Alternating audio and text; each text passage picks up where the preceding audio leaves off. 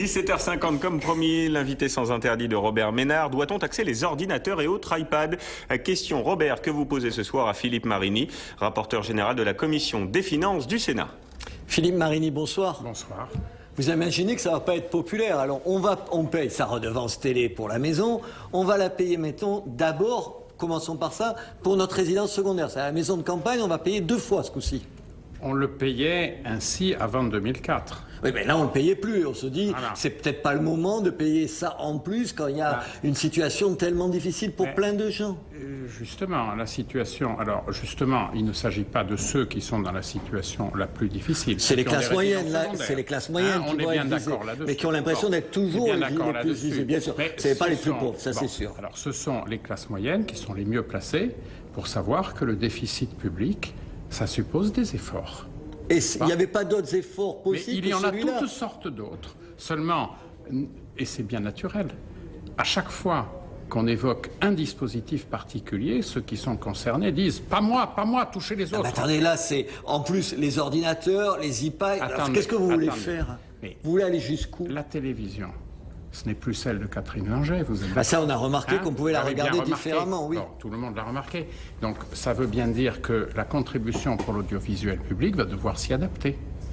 Moi, je comprends votre raisonnement. Vous êtes bien d'accord là-dessus? Absolument. En même temps, j'ai vu, il y a quelques jours dans le Figaro, que vous regrettiez que certains imaginent de taxer plus lourdement les retraites chapeaux. Alors là, on se dit, attendez, il y a un problème. Alors, certains sont taxés, et puis pour les retraites chapeaux qui n'ont pas une bonne publicité... Ouais, mais attendez.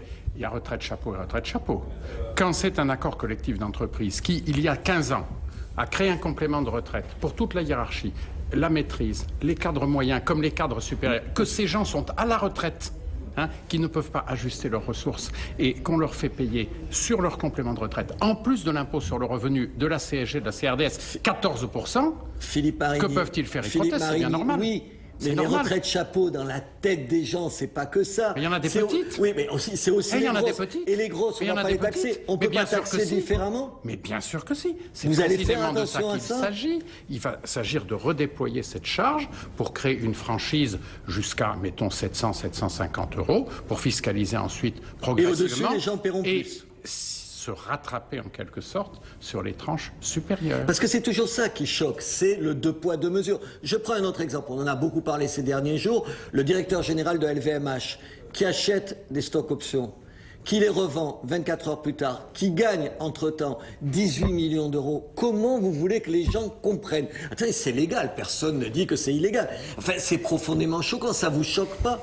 18 millions d'euros en 24 heures sans effort, simplement parce que l'action a augmenté, parce que LVMH prend une part de Hermès. Oui. Est-ce que c'est pas choquant?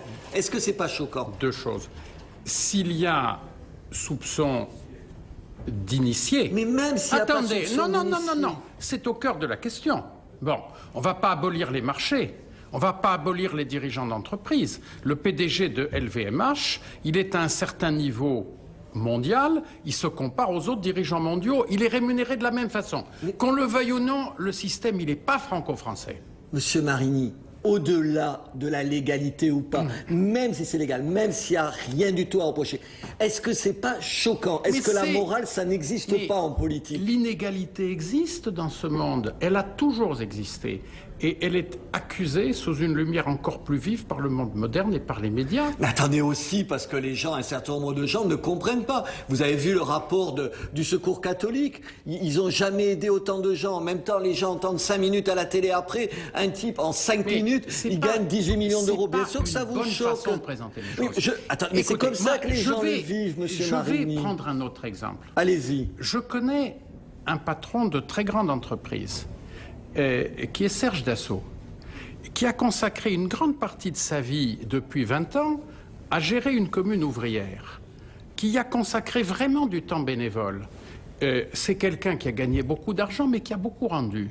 Bon, moi, j'aimerais bien que le président de LVMH fasse la même chose. Parce que ça nécessite un peu de courage de s'occuper des gens, notamment dans les quartiers difficiles. On va demander au directeur général de votre part de LVMH, sur ces 18 millions d'euros, de les utiliser différemment que pour lui. D'utiliser un peu, en effet, pour faire le bien autour de soi. Plus on est riche, plus on a une situation éminente, plus on a des devoirs vis-à-vis de la société. Autre vos propositions.